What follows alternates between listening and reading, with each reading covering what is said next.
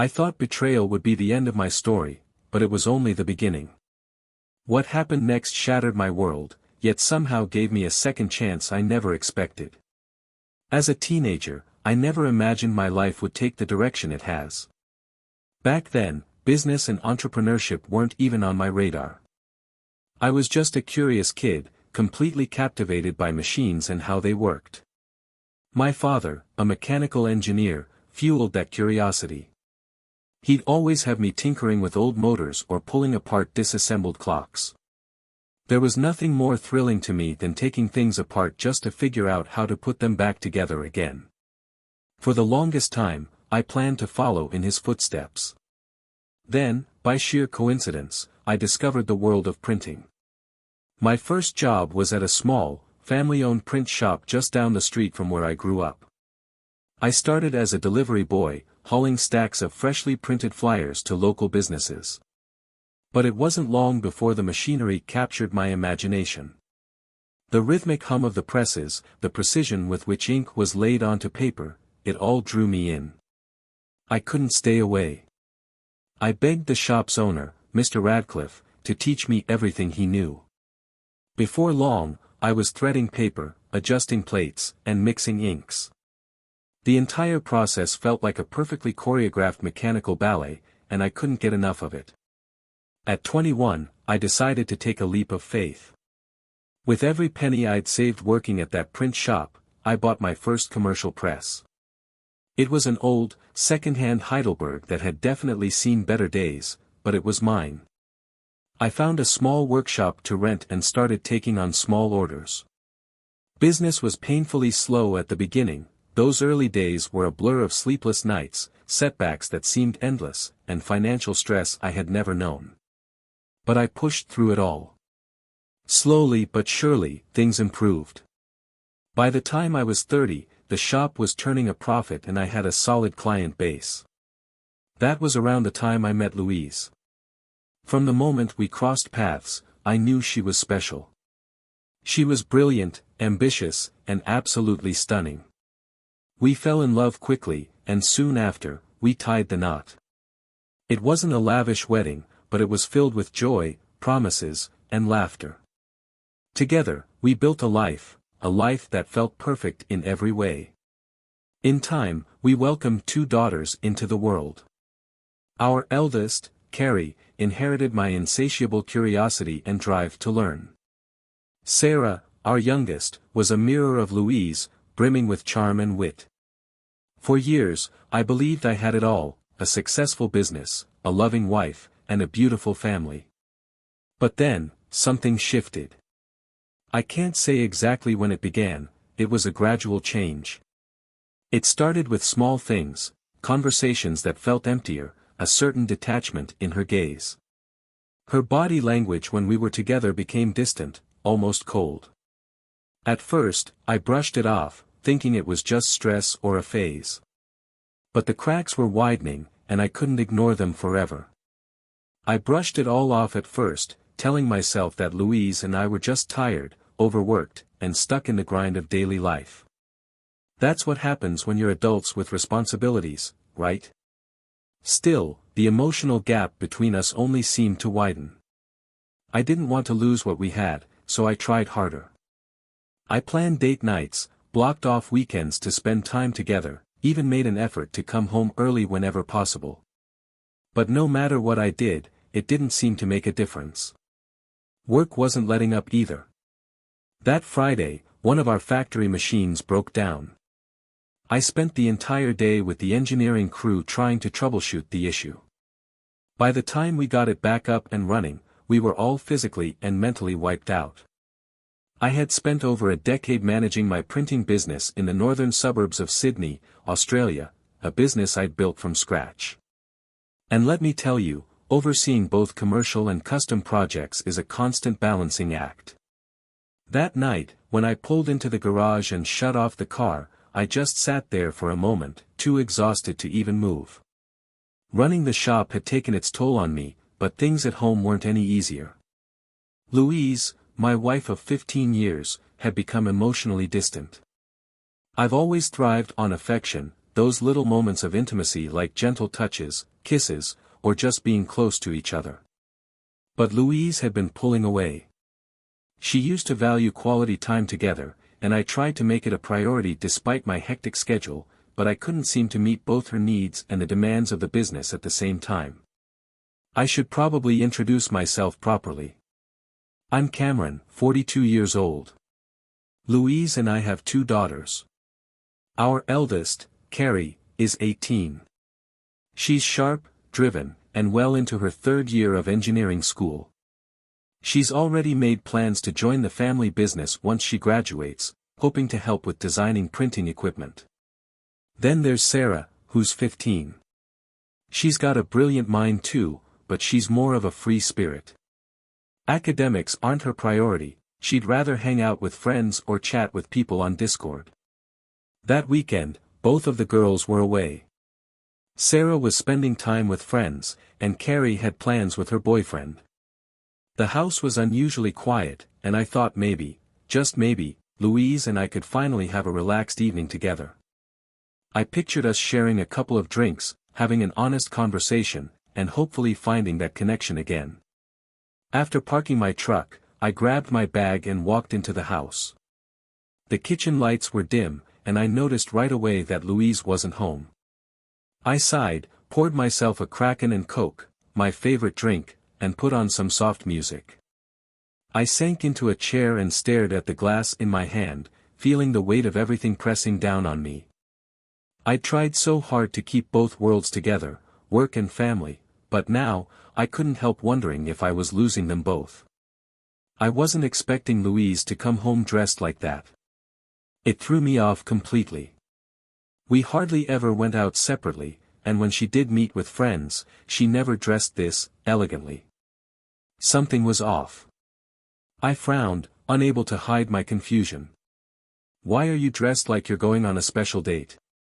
I asked, my voice lined with suspicion. She hesitated, her eyes avoiding mine for a moment before finally meeting my gaze. "Cameron." She started, then faltered, as if searching for the right words but coming up empty. I cut her off, my chest tightening as the question escaped my lips. "Are you leaving me?" I asked bluntly. Her eyes widened in shock. "No, of course not," she insisted. A bitter laugh slipped out before I could stop it. "In a way, though, you already have, haven't you?" I said, taking a step back when she tried to reach for me. "Let me guess, you think you deserve this, right? After raising 2 kids and supporting me all these years?" She stood there, her expression crumbling into something almost apologetic, but it didn't matter. I could feel the truth, she had already checked out of our life together in her mind long before this conversation. 5 minutes later, she reappeared in the doorway, her voice softer but no less resolute. "Cam. I love you, but I need this. I've felt trapped for the past year. Roger understands. It won't be forever, you'll see." The name hit me like a punch to the gut. Roger. I stared past her, out into the yard, unwilling to meet her eyes. "No, Louise. You should have come to me," I said quietly, the pain laced into every word. "I was supposed to be your partner, your best friend. Instead, you turned to someone else, and now you've robbed me of the chance to be there for you. I don't even know if I can ever be near you again." She stood motionless, taking in my words before speaking again, her tone hardened by some twisted form of resolve. "I'll go to counseling after Roger and I are done. It might take a while, but when we've tired of each other, I'll come back." My entire body went rigid. "What about the girls?" I demanded, my voice cracking. "What about them?" she asked indifferently, as if the question was trivial. "How do we explain this to them?" I said, my tone hollow and disbelieving. She sighed deeply. "We don't. We're not breaking up, Cameron. Nothing's changing," she said as if her words made any sense at all. I stared at her, unable to mask my disbelief. "You're not making any sense, Louise. And what about me? I pressed.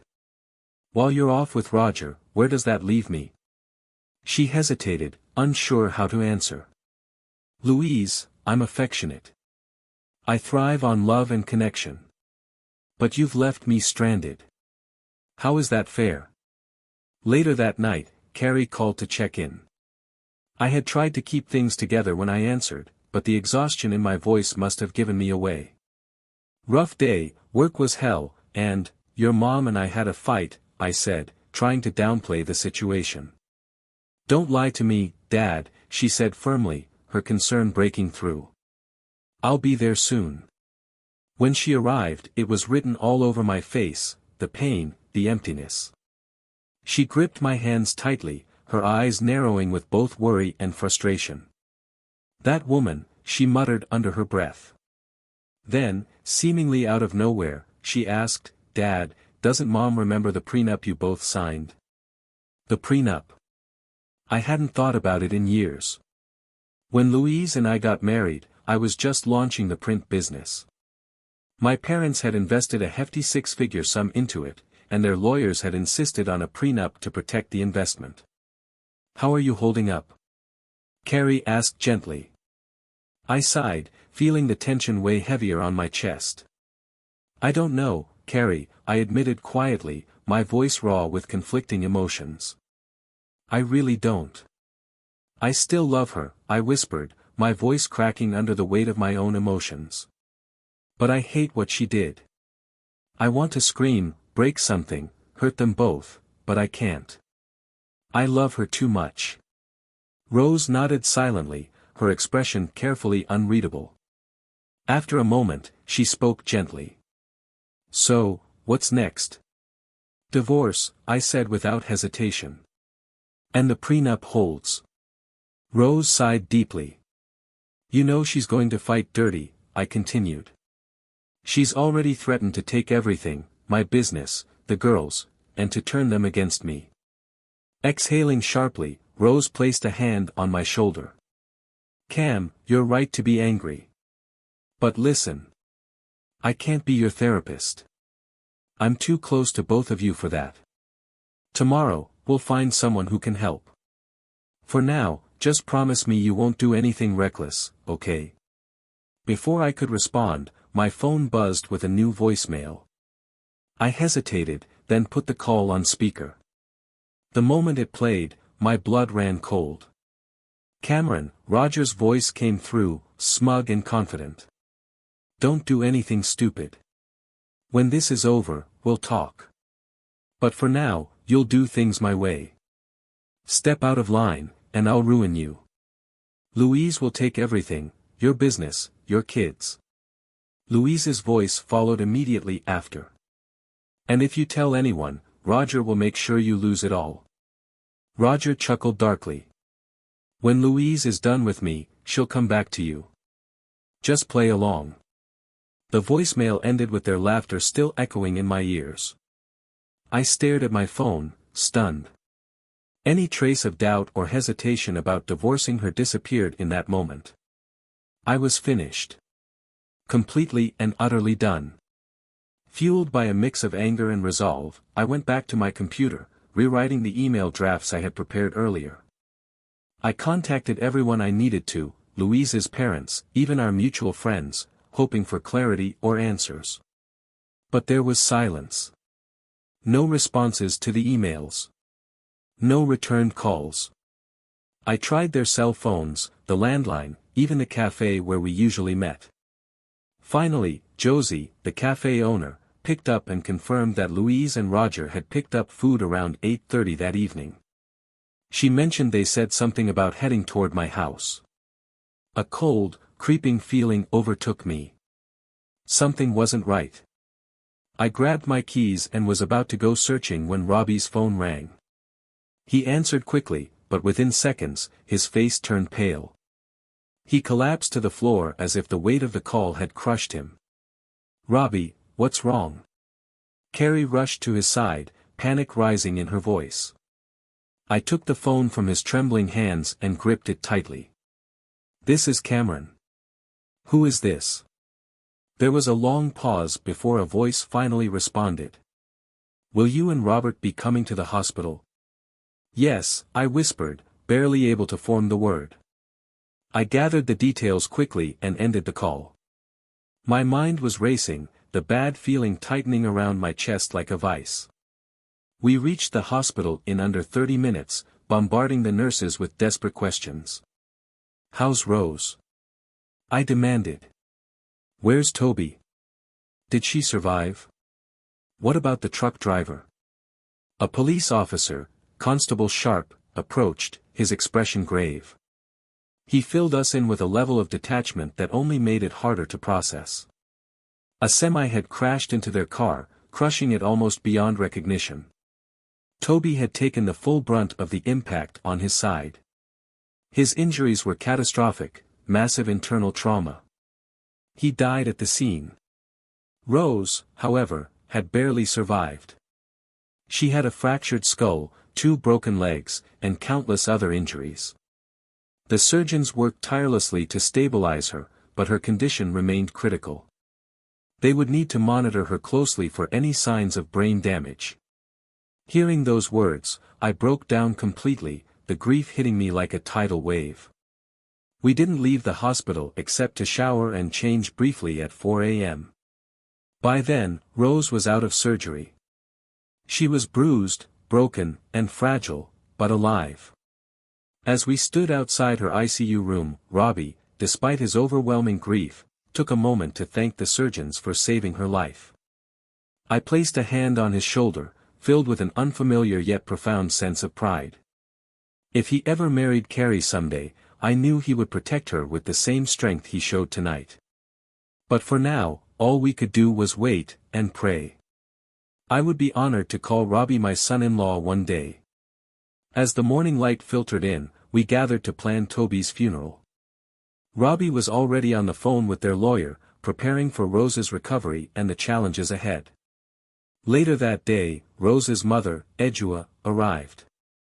She hugged Robbie first, then turned to me with tears in her eyes.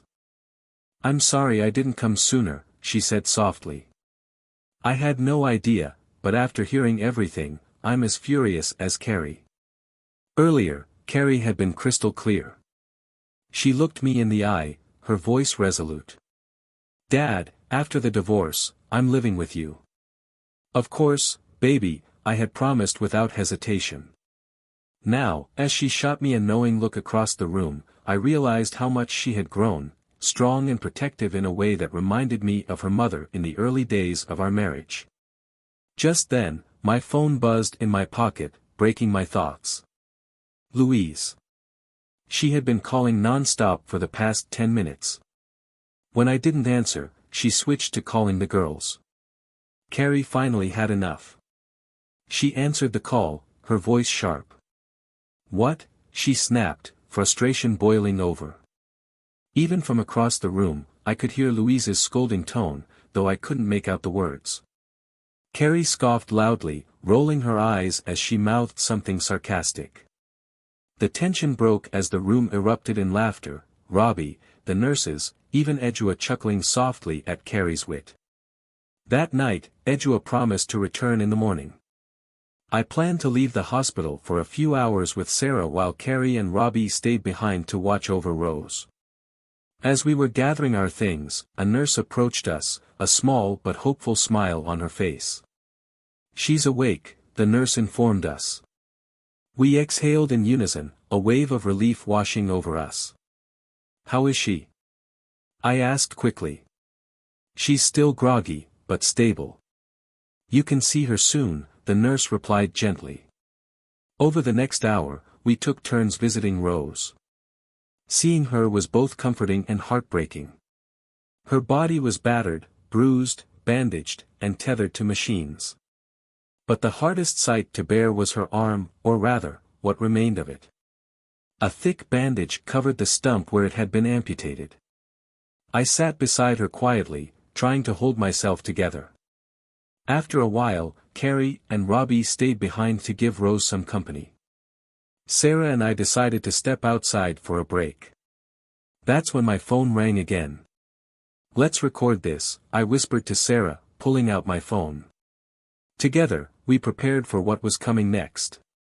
As we made our way to the front entrance of the house, Roger was already there, storming toward us with that infuriating smugness plastered on his face.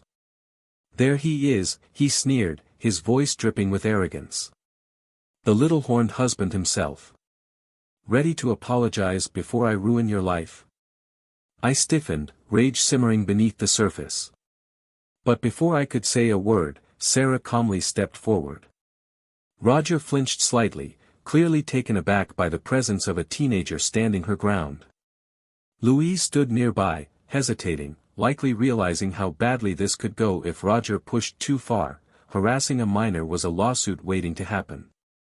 "If you don't mind, Dad," Sarah said flatly, "I'm too tired for this. Wake me at 11:30 so we can get back to the hospital." She brushed past Roger and Louise without sparing them another glance, muttering, "A-hole and hooker," under her breath. Louise stepped forward next, her voice cutting and cold. "Roger is 10 times the man you'll ever be," she hissed. "Now that you've told the girls, things will get very hard for you." She leveled a glare at me, her eyes icy. "Stay quiet, or we'll destroy you." I stared at her in disbelief. "Louise, what the hell are you even saying?" Before she could answer, Roger swung without warning. I saw the punch coming but didn't move quickly enough. His fist connected hard with my ribs, and I staggered back, clutching my side in pain. "What the hell?" I hissed through gritted teeth. "You punch me in my own house?" Roger smirked with an infuriating calmness. "So what?" he said, crossing his arms. "Louise will back me up." But I wasn't going to let him get the last word. Straightening up despite the pain, I stepped forward, my voice low and full of venom. "You think you can just barge into my house, push me around, and get away with it? You're pathetic, Roger. You're not half as powerful as you think you are. And believe me, you're going to regret underestimating me." "I just made you a eunuch," I growled, letting Roger crumple to the floor with a pathetic thud. Louise gasped, rushing to his side, panic overtaking her features. "What did you do to him?" she shrieked. I stared at her, numb.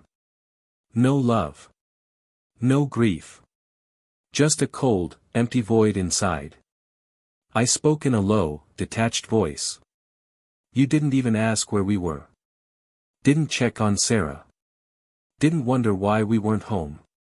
You just barged in here, screaming threats and causing chaos." Her face faltered, but she had no response. Minutes later, sirens blared outside, red and blue lights flashing through the windows. The police had arrived. As soon as the officers stepped inside, everything unraveled. Louise launched into a melodramatic performance, trying to paint herself as the victim. But her story quickly crumbled under scrutiny. Roger, groaning in pain, was hauled off in an ambulance. Meanwhile, Louise was handcuffed and led outside without a word. She didn't struggle, didn't argue. She just gave me one long, unreadable stare before they took her away. I watched from the doorway as the police cars pulled out of the driveway. The house was eerily silent after all the commotion. I turned to Sarah, who stood quietly at the base of the stairs, her face etched with an expression of restrained fury. Her voice trembled as she finally broke the silence. "It's my fault too," she whispered. "Maybe if I had said something sooner, maybe Dad could have stopped it." "Sarah, no," I started, stepping toward her. She shook her head fiercely, cutting me off. "No, Daddy. I should have spoken up." But Sarah pointed a shaking finger at the now empty space where Louise had been, "is the one who caused this." Her voice cracked as the anger spilled out. Then, without waiting for a response, she turned and stormed upstairs, slamming her bedroom door behind her. I stood there, rooted in place. The weight of everything hit me at once, my marriage, my daughter's heartbreak, the damage Louise had done. I didn't sleep that night. Instead, I showered, changed clothes, and made a pot of coffee.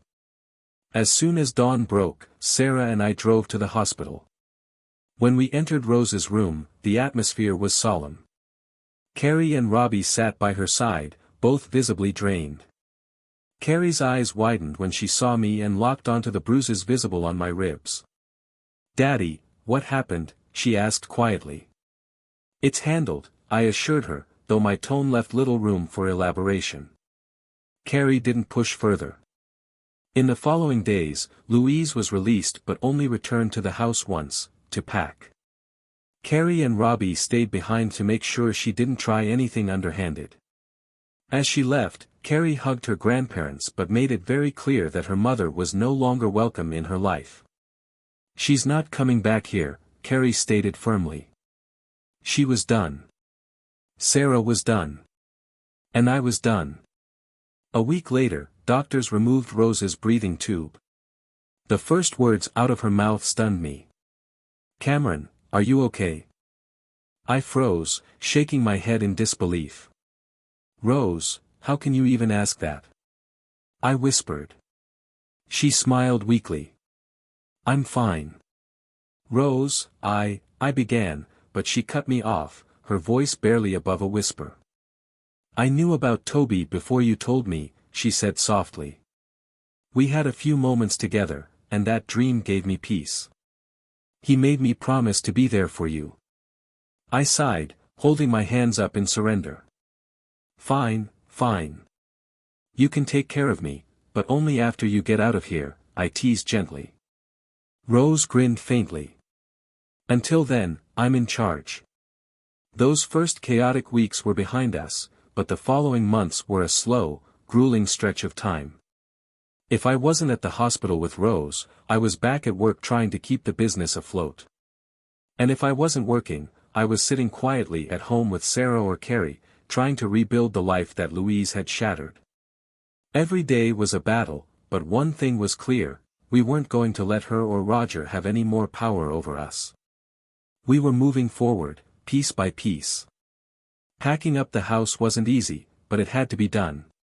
I couldn't stay in the same place where all the memories, the good and the bad, constantly haunted me. The girls and I decided it was time to move on. I put the house up for sale and found a smaller place in North Sydney, closer to the medical center where Rose was receiving treatment. It was a modest 3-bedroom home, cozy but enough for us to start fresh.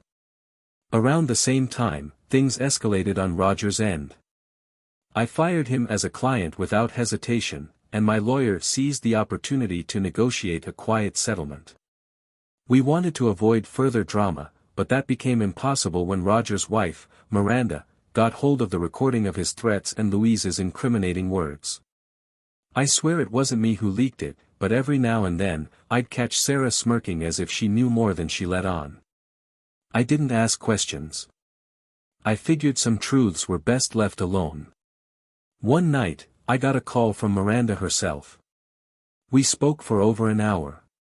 She admitted she had suspected Roger of cheating for years but never had solid proof, until now. To make matters worse for him, it turned out that Roger didn't own any of the wealth he flaunted. Their entire lifestyle, home, cars, luxury, was funded by a trust from Miranda's grandparents. It was poetic justice in a way, though it didn't change the damage he'd caused. Meanwhile, Rose had been holding up well physically, but emotionally, cracks were beginning to show. The hospital psychiatrist had warned me that this might happen. From the moment Rose woke up after the accident, she had poured all her energy into caring for others, me, the girls, Robbie. But now, the weight of her grief for Toby was bearing down on her. One afternoon, I found her trembling and sobbing quietly in her room. I checked the monitors, her vitals were stable, so I knew this wasn't a physical issue. I sat beside her and whispered, "Rose, it's okay. I'm here. You're not alone." Her sobs deepened as she clung to me. I miss him, you know," she cried, her voice breaking. I swallowed hard, the familiar lump forming in my throat. "I know. I miss him too." "Will it ever stop hurting?" she asked, her eyes searching mine for an answer I wasn't sure I could give. I sighed, brushing a hand through her hair. I don't know. But Toby's gone, Rose. And you're still here. We have the girls. We still have each other. She nodded slowly, her tears gradually subsiding. I stayed with her until she drifted off to sleep. Later that night, I had a dream. Toby was there, sitting with me as if nothing had ever happened. We were in a familiar space, sharing a few drinks and throwing darts like old times. He grinned at me, his usual playful smirk lighting up his face. "What's going on with you and Rose?" he asked suddenly, raising a brow. I frowned. "What do you mean?" "Come on, Cam," he chuckled. "We've known each other too long for you to play dumb. You love her." I scoffed. "She was your wife. And I'm dead," he pointed out with a shrug. "You can't cheat on me, Cam. She still has a life to live, and so do you. You've loved her all along, you know it. I'm just giving you my blessing, you idiot." I sat there, stunned, as he raised his glass in a toast. "Now let's have a drink before you wake up." For what felt like an hour, we laughed, played darts, and reminisced. It was comforting in a surreal way, as if he were really there telling me it was okay to move forward. The dream stayed with me even after I woke up. The next day, Rose noticed something was off. We were unpacking when I suddenly froze, staring at a pair of bright yellow sandals by the doorway. Rose's friend Camille had just arrived, and she caught my shift in demeanor immediately. "Cam. What's wrong?" Rose asked, her eyes narrowing with concern. Camille, oblivious, followed my gaze. "Oh, are my shoes weird? I just bought them yesterday, special order." I forced myself to relax and shook my head. "No, it's nothing, just a dream I had last night." Rose wasn't convinced. Her sharp gaze told me she knew there was more to it than I was letting on. But thankfully, Camille was distracted as she sat down and started unpacking a bag. I exhaled quietly, knowing that at some point, I'd have to explain everything to Rose. But for now, we had enough to handle. The future, whatever it held, would come soon enough. "I brought you both lunch," Louise announced as she walked into Rose's hospital room. "Picked up chicken sandwiches from that little Asian shop in North Harbor. They're the best." Her attempt at a warm smile fell flat, and her presence sucked the air from the room. Camille froze, glancing between us, sensing the tension thickening by the second. Rose's expression hardened as she wiped tears from her face. "Louise, no." Louise faltered. "Rose, I." Rose's voice was cold steel. "He stays. You leave." Louise's mouth opened and closed like a fish gasping for air. She seemed stunned, incapable of processing the words. I stepped forward, keeping my voice low and controlled. "Louise, for once in your life, listen. Go." Her body jerked in surprise. She shot up from the chair, knocking a wrapped gift to the floor. The bouquet of flowers she had brought toppled and exploded against the wall in a spray of petals. I positioned myself between her and Rose, shielding the woman lying behind me. "You didn't visit. You didn't call," Rose said, her voice trembling with restrained fury. "And now, suddenly, you think you have the right to show up." I gestured toward Rose. "She lost her husband. I lost my best friend. The girls and I have been here every day. So tell me, Louise, where the hell have you been?" "Cameron," Rose murmured softly, her voice firm but imploring. I ignored her, keeping my focus on Louise. "I know exactly why you're here," I continued, my glare unwavering. "You lost your job. Your parents finally had enough of you freeloading in their spare room. Now, you think you can weasel your way back into my life. It's disgusting. You're unrecognizable, Louise. I trusted you for years. And now, I'm ashamed I ever called you my wife." Louise's face contorted, hurt giving way to something darker. She tried to speak, but Rose raised her stump, cutting her off. "Leave," Rose said icily. "You are not welcome here. If you don't go now, I'll call security." Louise's desperation twisted into venomous resentment. Her eyes burned as she glared at us both. Her lips curled into a sneer. "Well, screw you, Rose. I see how it really is now. You hypocritical witch." Camille gasped in shock, and Rose inhaled sharply, steadying herself. At that moment, two burly security guards stepped into the room. One of them, Peter, gave me a knowing look. "Everything all right, Mr. Cameron?" he asked calmly. I nodded. "I'm fine, Peter. She was just leaving." Peter turned to Louise, his expression blank but intimidating. "You were just leaving, weren't you, ma'am?" Louise's eyes darted between me, Rose, and the guards. Finally, she forced a smirk, trying to salvage some shred of dignity. "Sure. I'll see you later, Cameron." I shook my head slowly. "I hope not." We watched in silence as Louise stalked out of the room. Once she was gone, Peter gave a respectful nod and led the guards back into the hallway. I sighed deeply and turned to Rose, who was leaning back on the bed, visibly drained. Camille remained close, whispering something quietly to her. Rose's gaze softened as I approached. "She's gone," I assured her. Rose reached for my hand and squeezed it gently.